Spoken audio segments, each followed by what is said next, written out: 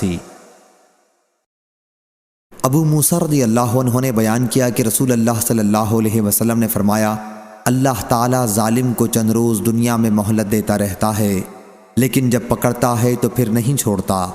راوی نے بیان کیا کہ پھر آپ نے اس آیت کی تلاوت کی، اور تیرے پروردگار کی پکڑ اسی طرح ہے جب وہ بستی والوں کو پکڑتا ہے جو اپنے اوپر ظلم کرتے رہتے ہیں، بے شک اس کی پکڑ بڑی تکلیف دینے والی اور بڑی ہی سخت ہے۔ صحیح بخاری حدیث نمبر 4686۔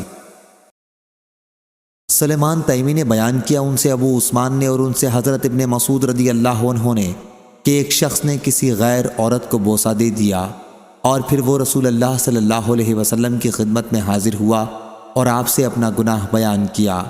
اس پر یہ آیت نازل ہوئی، اور تم نماز کی پابندی کرو دن کے دونوں سروں پر اور رات کے کچھ حصوں میں، بے شک نیکیاں مٹا دیتی ہیں بدیوں کو۔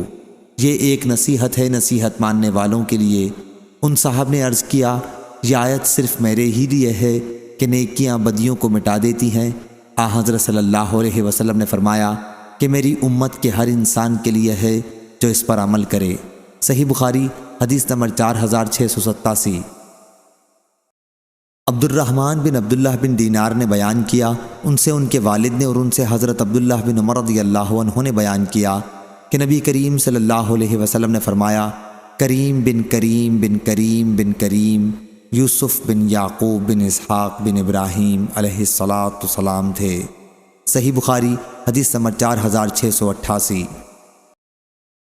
حضرت ابو ہریرہ رضی اللہ عنہ نے بیان کیا کہ رسول اللہ صلی اللہ علیہ وسلم سے کسی نے سوال کیا کہ انسانوں میں کون سب سے زیادہ شریف ہے؟ تو آپ صلی اللہ علیہ وسلم نے فرمایا کہ سب سے زیادہ شریف وہ ہے جو سب سے زیادہ متقی ہو۔ صحابہ رضی اللہ عنہم نے عرض کیا کہ ہمارے سوال کا مقصد یہ نہیں۔ حضرت صلی اللہ علیہ وسلم نے فرمایا کہ پھر سب سے زیادہ شریف حضرت یوسف علیہ السلام ہیں، نبی اللہ بن نبی اللہ بن نبی اللہ بن خلیل اللہ۔ صحابہ رضی اللہ عنہم نے عرض کیا کہ ہمارے سوال کا یہ بھی مقصد نہیں۔ حضرت صلی اللہ علیہ وسلم نے فرمایا، اچھا عرب کے خاندانوں کے متعلق تم معلوم کرنا چاہتے ہو؟ صحابہ رضی اللہ عنہم نے عرض کیا، جی ہاں۔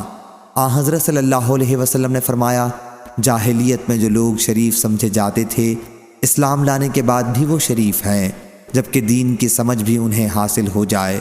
اس روایت کے مطابق ابو اسامہ نے عبید اللہ سے کی ہے۔ صحیح بخاری حدیث نمبر 4689۔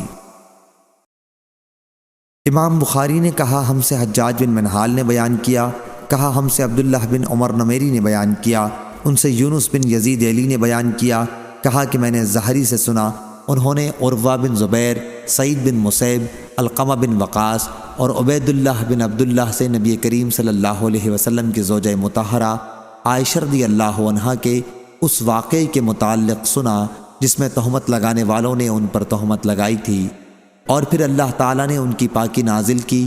ان تمام لوگوں نے مجھ سے اس قصے کا کچھ ٹکڑا بیان کیا۔